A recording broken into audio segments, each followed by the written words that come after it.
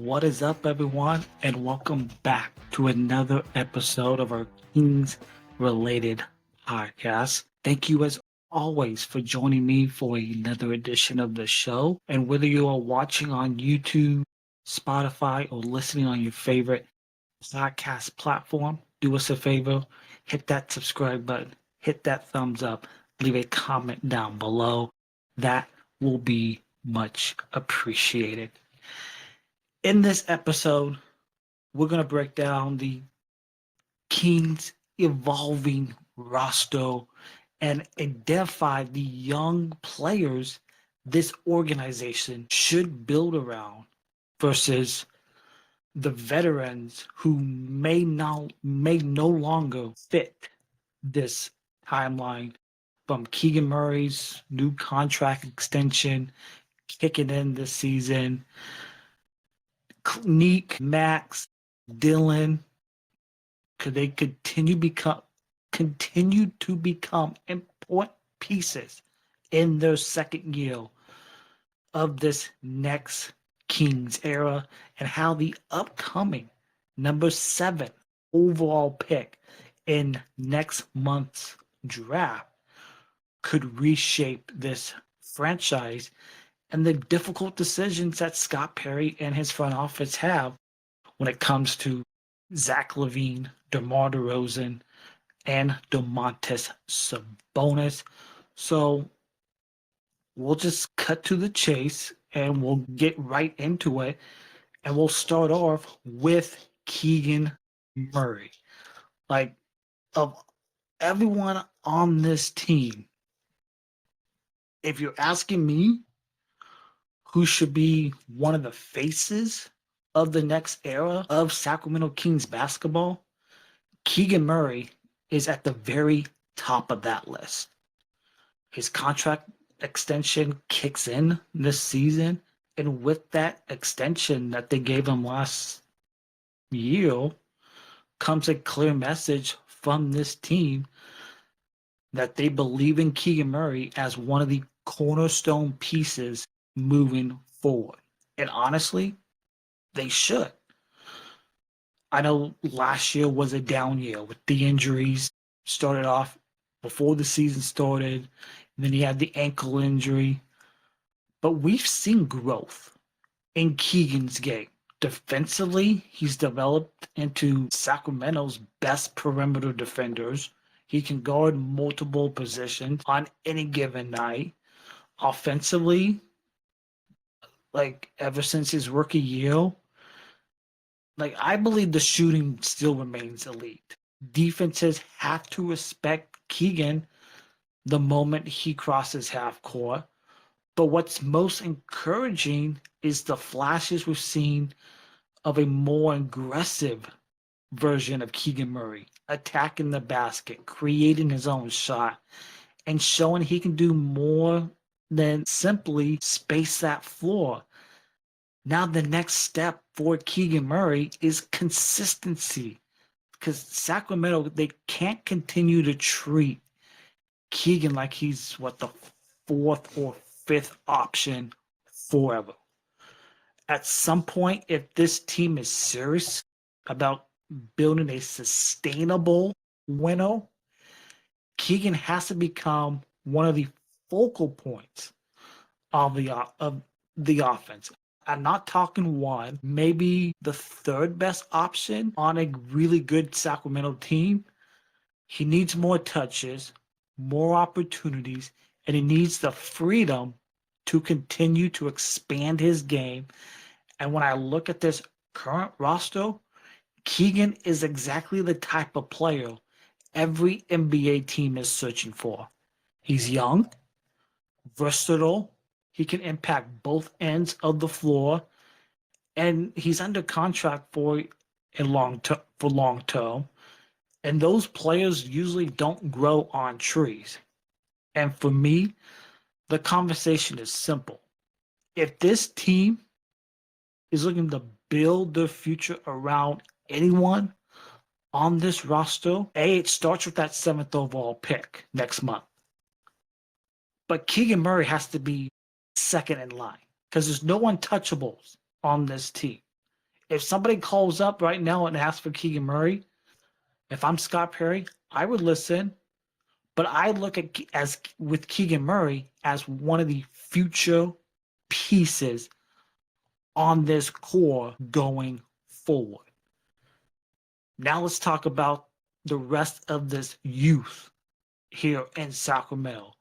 Because if the Kings are truly, and I mean truly, trying to build for the future, these are the players that deserve the real time. Nick Clifford. I absolutely love what we saw late in the season from Clifford.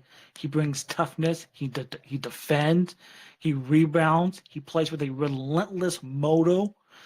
And he's exactly the type of two-way wing every team is searching for in today's NBA. And for years, the Kings have lacked young wings with legitimate defensive upside.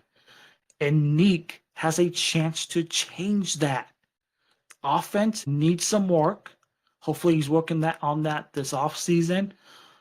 But Clifford is the kind of player who impacts winning, even when his shot isn't falling. And he does the little things. He plays hard on every possession. And because of that, it wouldn't be surprised if Clifford becomes a major part of this rotation to begin next season. He's not a point guard. And for this team to look at him as a point guard is wrong. Because in my opinion, I think he's a two guard, maybe off the bench, more likely. And if he can get a major part to begin next season, that could be key. Maxime Reynaud. This is the most intriguing young player on this roster from what we saw last season. 74 games, 50 or so of those were starts because of the Sabonis injury, only playing 19 games. And that must have been, I think that was a blessing that we saw more Max than we anticipated last season, because Max brings something this Kings team simply don't have enough of: size, skill, and offensive versatility in the front court. He can stretch the floor if he can be a consistent three-point shooter. Hopefully he's working on that this offseason. He could put the ball on deck. I think the underrated part of his game, he can pass, he can possess, he possesses the type of offensive skill set that modern NBA teams covet in a big man. Now there will be a learning curve, but there's always is with young big men when they come into the NBA. And we saw it this past season, the growth and how Max got better from the start of the season to the end of last season. The physicality in the NBA is different. And apparently he put on some muscle through the season, and hopefully he puts a little bit more in this offseason to handle that in his sophomore season. The speed of the game in the NBA is different. The decision making has to happen much faster. But the Kings, they need to be patient.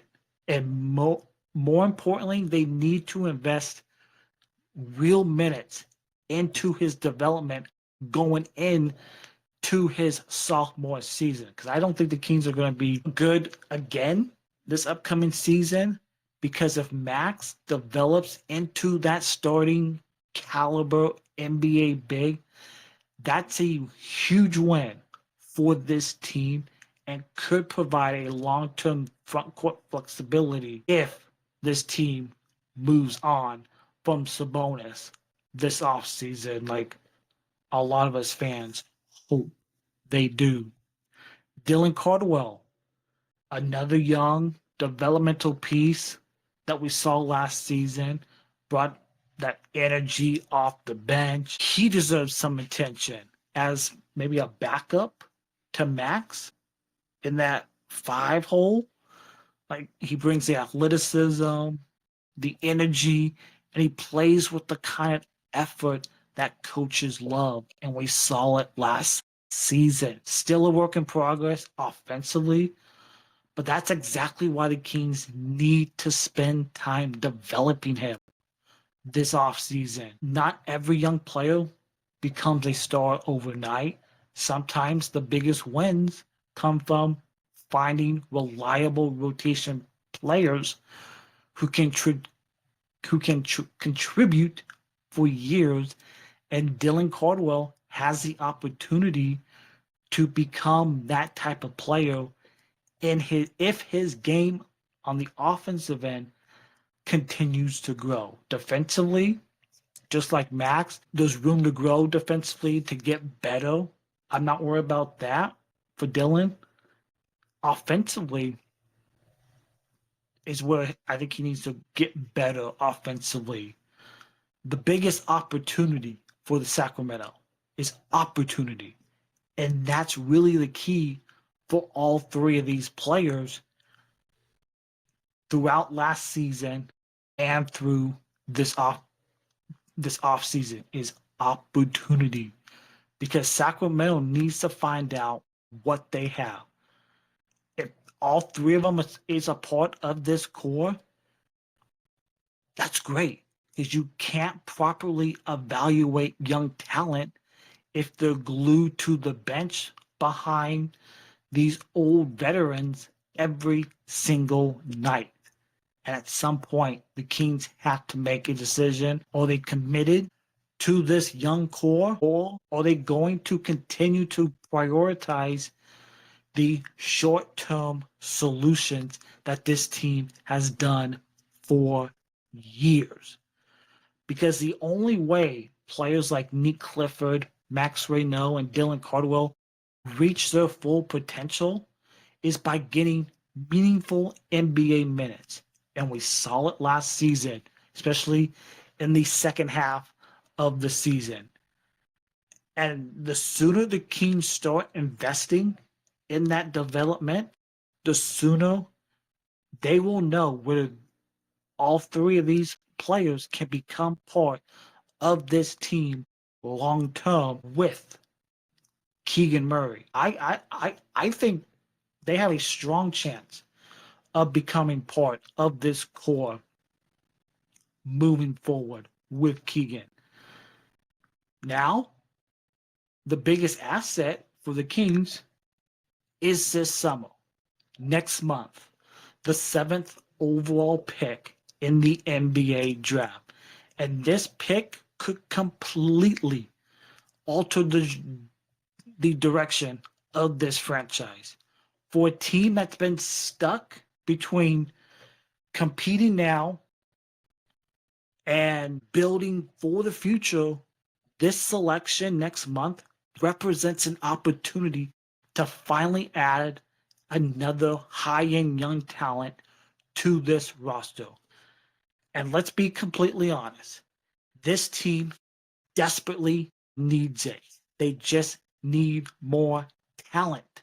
They need youth, athleticism, they need upside, and most importantly, they need another player who has the potential to become a foundational piece alongside Keegan Murray, Neek, Max, Dylan, and whether that's a point guard who they desperately need, and we've seen the names linked to them with Darius Acuff, Kingston Flemings, is that a Mikel Brown Jr., a Keaton Waglow, a wing, or simply the best player available.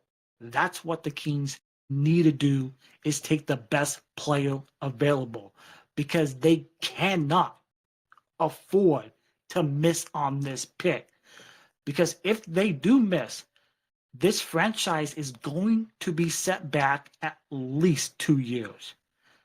This isn't the type of selection you make based solely on immediate roster needs. It's the type of pick you make with the next 5 to 10 years in mind. You have got to nail it. We give Scott Perry a lot of credit last season, moving into the first round, taking Clifford with the 24th overall pick. Max in the second round with the 42nd pick. Dylan Cardwell, undrafted, two-way contract. Then you converted him to a standard NBA deal. Success in that draft last year. The stakes are even higher next month. You have got to nail this draft pick because, like I said, you miss, you set this team back at least 2 years. Who has the star potential with this 7th pick? Who can grow into a major role for Doug Christie and this team? Who can help lead this basketball team to the next era of Kings basketball? Those are the questions this team needs to answer at the end of next month on draft night. And whoever they select, they should immediately be viewed as part of this future core. I think they could be the face of the next core. And that means real opportunities from day one. Absolutely. Real developmental minutes in the Cal Classic, the Vegas Summer League, preseason, and then the regular season. A real chance to learn through their mistakes. Because the day of drafting young players and burying them at the end of the bench, that needs to end. It needs to be over. You don't develop talent by watching games in street clubs. You develop talent by playing, by learning, and growing through experience. We saw it last season with Neek, Max, and Dylan. And the Kings need to find exactly what they have in this year's lottery pick. And the only way to do that is by putting that player on the basketball floor. Because if the Kings are serious about building a sustainable winner, that 7th overall pick can't just be another prospect. It has to become the priority. It has to become the investment. And ideally, it becomes one of the cornerstones of this franchise's future core going forward. Now let's talk about the uncomfortable conversation. The veterans. Because this is where the Kings' future kind of gets complicated. The Kings aren't lacking talent. They are lacking clarity. And that means the front office has difficult decisions to make with Zach, Sabonis, and DeMar, all with bloated contracts, and the old. They're not part of the long-term core. Let's start with Zach.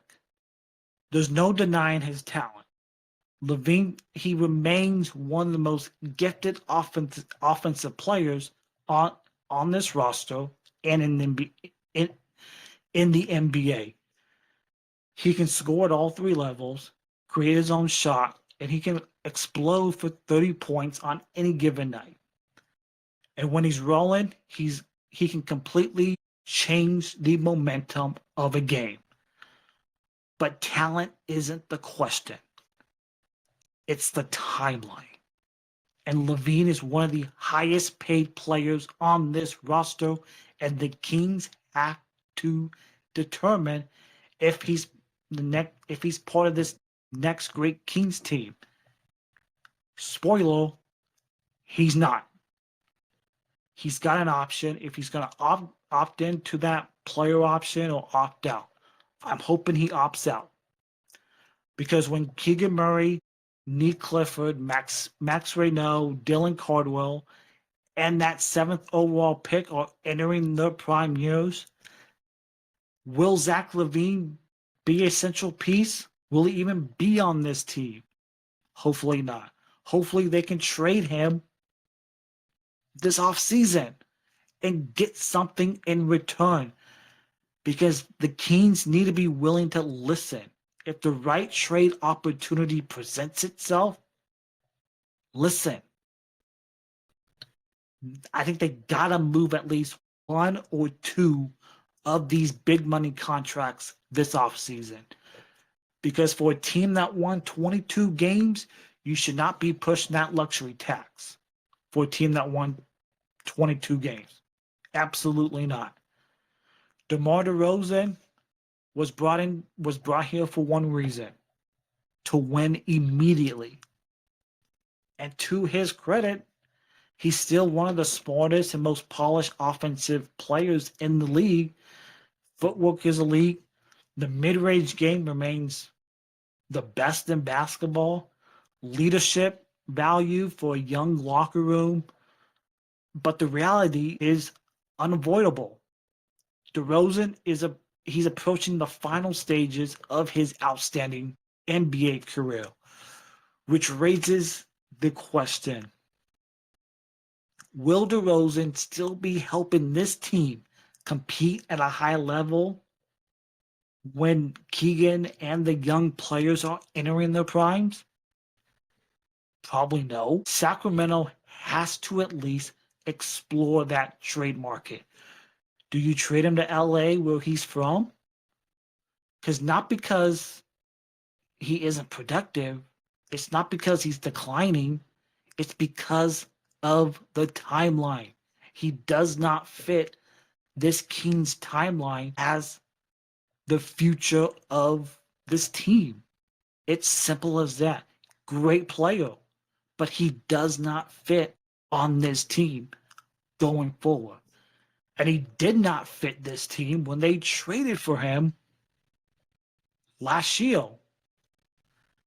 Domantas Sabonis, when he arrived, that was one of the toughest decisions, because Sabonis remains one of the best passing bigs in the NBA. Like, he's elite rebounder. He's durable, excluding this past season.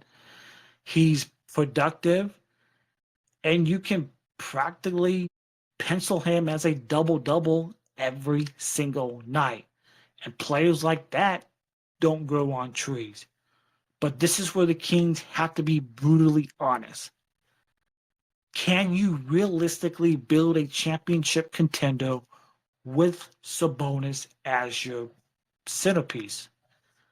That's the question, because I think the trade talks with Toronto that we heard at the deadline, I think those are going to reemerge this offseason. We've heard about R.J. Barrett and his connections with Scott Perry going back to the New York days. Like, Sabonis, he's a good player. He's an all-star. He's valuable. Because the answer to all these questions is whether he can be the best or the second best player on a team with championship aspirations.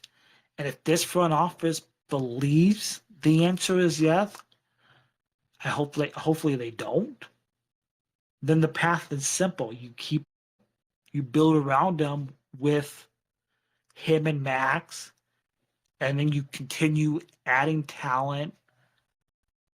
But if it's not, and if they believe the answer is no, then this offseason may be the moment that they should seriously evaluate a trade possibility for Sabonis, because the real decision facing this team is what makes this offseason so fascinating. The Kings aren't deciding whether Zach LaVine, DeMar DeRozan, and Sabonis are good players. They absolutely are. There's no debating that. The real question is where they fit the timeline of where this team is headed. They don't fit this timeline. And I made the prediction earlier that I believe all three of these guys will not be on this team when we hit the start of this upcoming season. Because if this team truly wants to build around Keegan Murray, Nick Clifford, Max Reynolds, Dylan Cardwell, and that 7th overall pick, then every decision moving forward has to be viewed through that lens. No buts and all that. Because not just who helps you win today, but it's who helps you win when your next era of Kings basketball officially arrives. And it's not with Zach, DeMar, or Sabonis. I'm sorry, but they are great players, but they do not fit this timeline, and they should be moved this offseason. So what should Scott Perry do? If it was me and I'm sitting in that chair, my focus is very simple. I am prioritizing the absolute future of this team. Every decision this offseason for this team should begin with one question.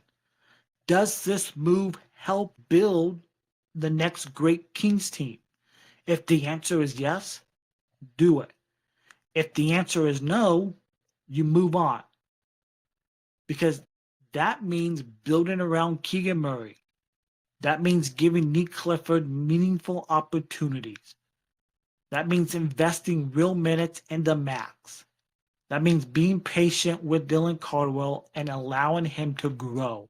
And most importantly, it means making sure your 7th overall pick becomes a significant part of this team's future plans.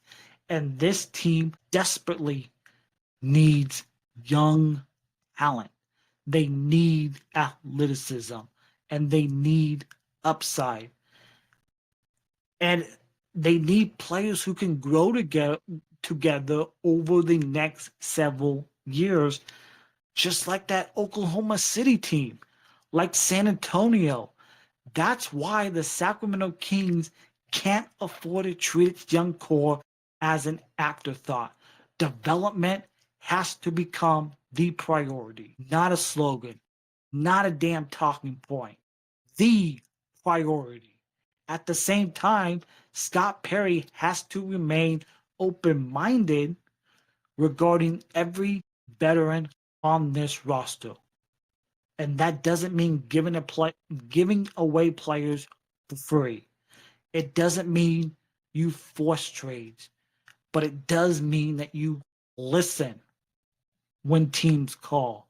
And if the opportunity presents itself, that accelerates this team's future because they need to be willing to have those conversations. Because the worst thing the Kings can do right now is stay where they are, stuck in the middle, where we're seeing it happen across the NBA. Teams that refuse to choose a direction often end up spinning their wheels for years to come. Not bad enough to secure elite young talent, not good enough to compete for championships, just stuck. And the NBA punishes teams that live in that space.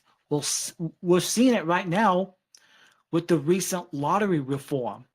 The Kings need clarity. And that's why this offseason is so important. They need the vision and they need to commit because every commit to winning right now and pushing your chips into the middle of the table or commit to building the next contender around Keegan Murray and this young core, but they don't try to do it both halfway because half measures are exactly what keeps franchises trapped in mediocrity. And that's where the Kings are right now. And they need to get out of it. And after every Sacramento, everything this team has been through over the past 2 decades, this organization cannot afford to make any of those mistakes again, because the future is sitting right in front of the Kings. And now it's up to Scott Perry to decide what direction this franchise takes next for this to build this next great Kings team. Now I want to hear from you.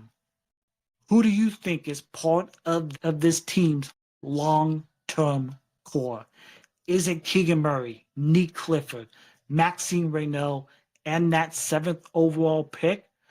Or do you believe Sabonis should remain one of these centerpieces of this franchise moving forward?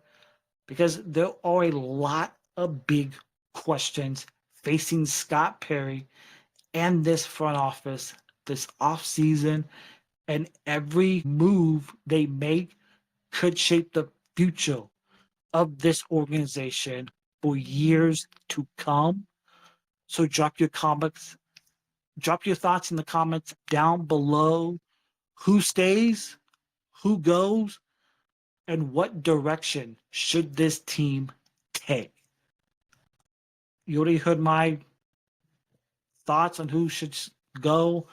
I think Zach, DeRozan, and Sabonis, they should all be gone this offseason, and you fully lean in on the youth movement and continue to develop your young core that's on this team. So if you enjoyed today's episode, make sure you give this video a like, subscribe to this channel, turn on notifications so you never miss Sacramento Kings coverage right here on our Kings related podcast, because we're talking Kings basketball all year long, from roster moves, draft coverage, trade rumors, free agency, and everything happening, all the ups and downs with the Beam team. So thank you as always for watching and listening and supporting this channel. And remember, go Kings and light the beam, and we'll see you next time.